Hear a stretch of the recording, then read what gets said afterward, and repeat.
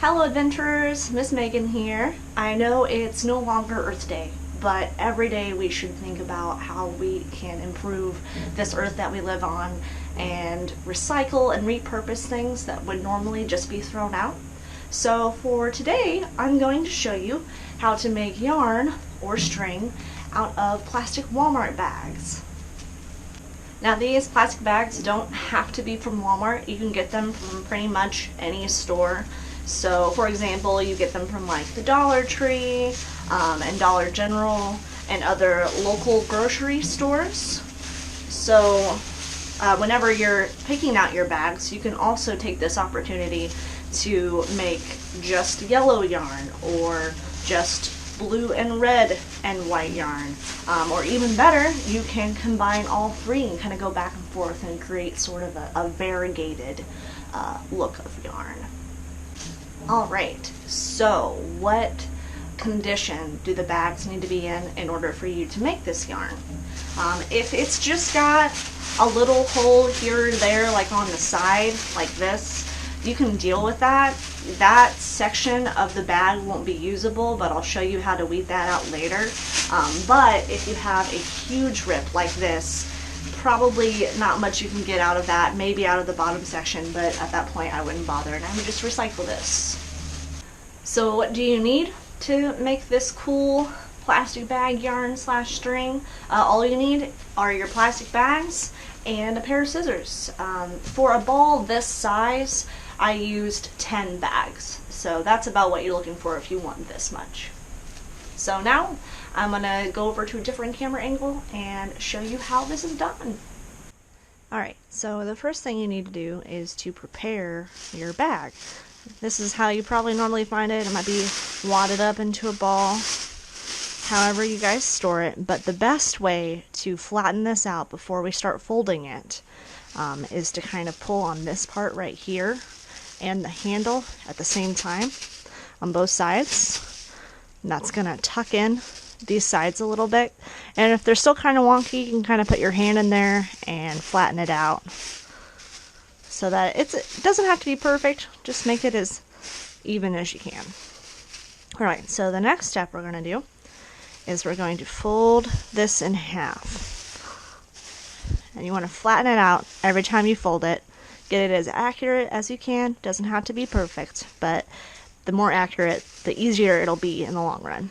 So same thing, after we fold it once, we want to fold it again. I would flip it over and then fold it. And then do that one more time. So then you have this. Now, the only part of the bag that's really usable is everything below the point of the handles and above the bottom of the bag. So now, taking your scissors, you want to be cutting about 1-inch strips. The smaller you make your cuts, the thinner the yarn will be, and I would highly suggest not going any smaller than maybe 3/4 of an inch.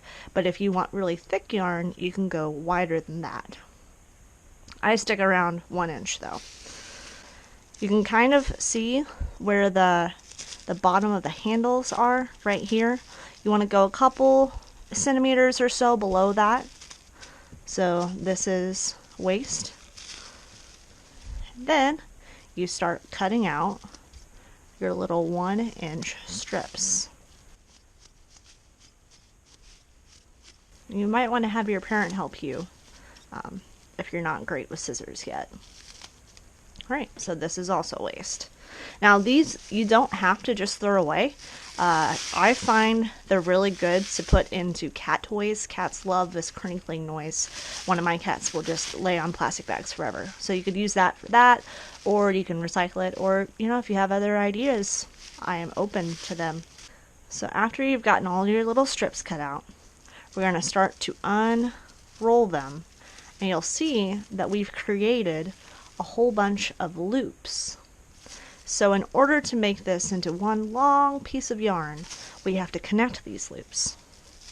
We're going to do that with a slip knot. Alright, so here's a great example of what can happen if you have rips in your bag.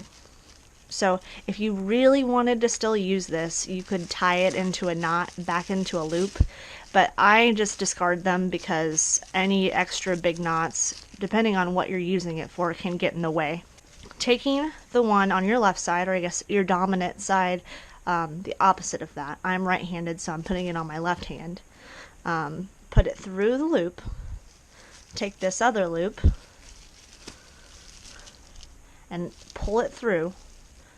Alright, so now you've got a loop hanging off of another loop. This loop is inside this loop. So you want to grab this side with your hand in this loop and pull this side through. And very, very gently, because this can be kind of fragile, you want to pull it tight so that you've just connected your two loops. So I'll do it again for you.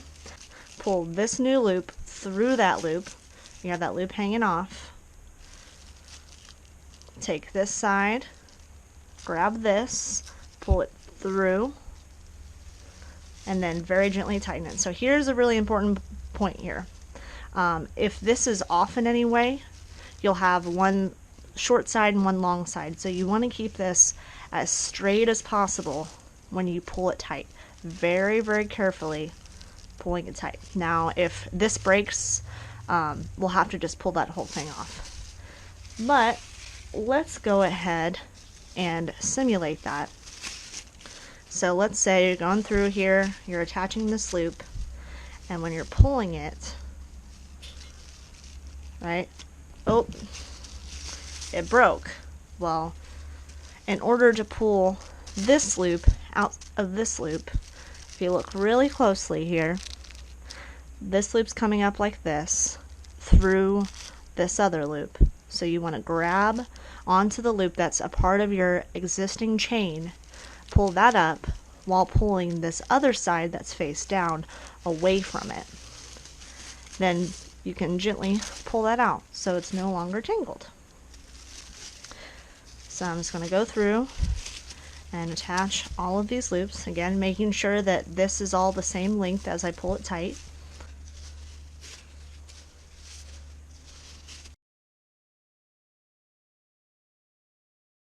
Just whatever feels comfortable for you. You see, so this one looks like it'll probably rip soon. So when you're coming across those ones, I would just go ahead and pull those out. We don't want to use those. It will just cause us issues down the road.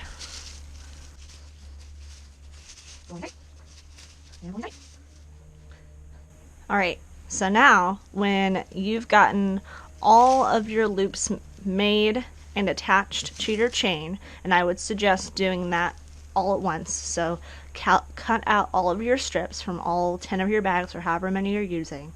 And then you want to loop them all together. You'll have this, looks like a tangled mess over here. Whatever you do, try not to shift this around too much so it doesn't get tangled and it doesn't cause issues. But once you've gotten as many bags as you want connected, then we can roll this up into a yarn ball. So real quickly, I'll show you how to do that. You want to wrap a little bit around your fingers, 2 or 3 fingers, pull that off. Then you want to start wrapping the opposite way for a little bit. Really no rhyme or reason here, just whatever's comfortable for you, whatever produces the ball that you want. So once you've got a little bit wrapped that way, squish this down and wrap it the other way. And now you can see our little ball forming. Just kind of twist it as you go. And you would just keep wrapping it until it's this size. Obviously you'd have more bags connected, but that is how you would make a yarn ball out of it. Alright, so real quickly, I'm going to show you what it looks like when you crochet with this. If you crochet, I would suggest a larger sized hook. I'm using a J and or a 6mm crochet hook. So I will show you what it looks like.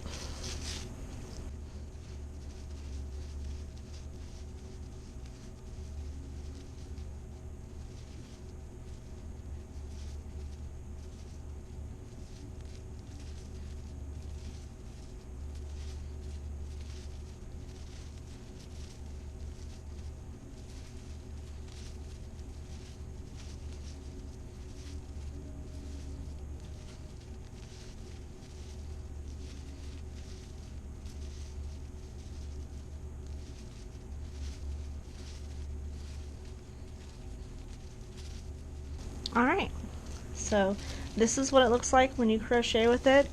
It's very an interesting texture for sure. It's a little squishy. I don't personally knit all that often, so I've never knit with this before, so I can't speak to what that's like. Other things you could do with this, I don't know, the possibilities are pretty endless. You could embroider with it, you could weave with it, whatever sort of crafty thing you're up to, you could probably incorporate it some way. So yeah, that is how you make plastic bag yarn. Thank you for watching.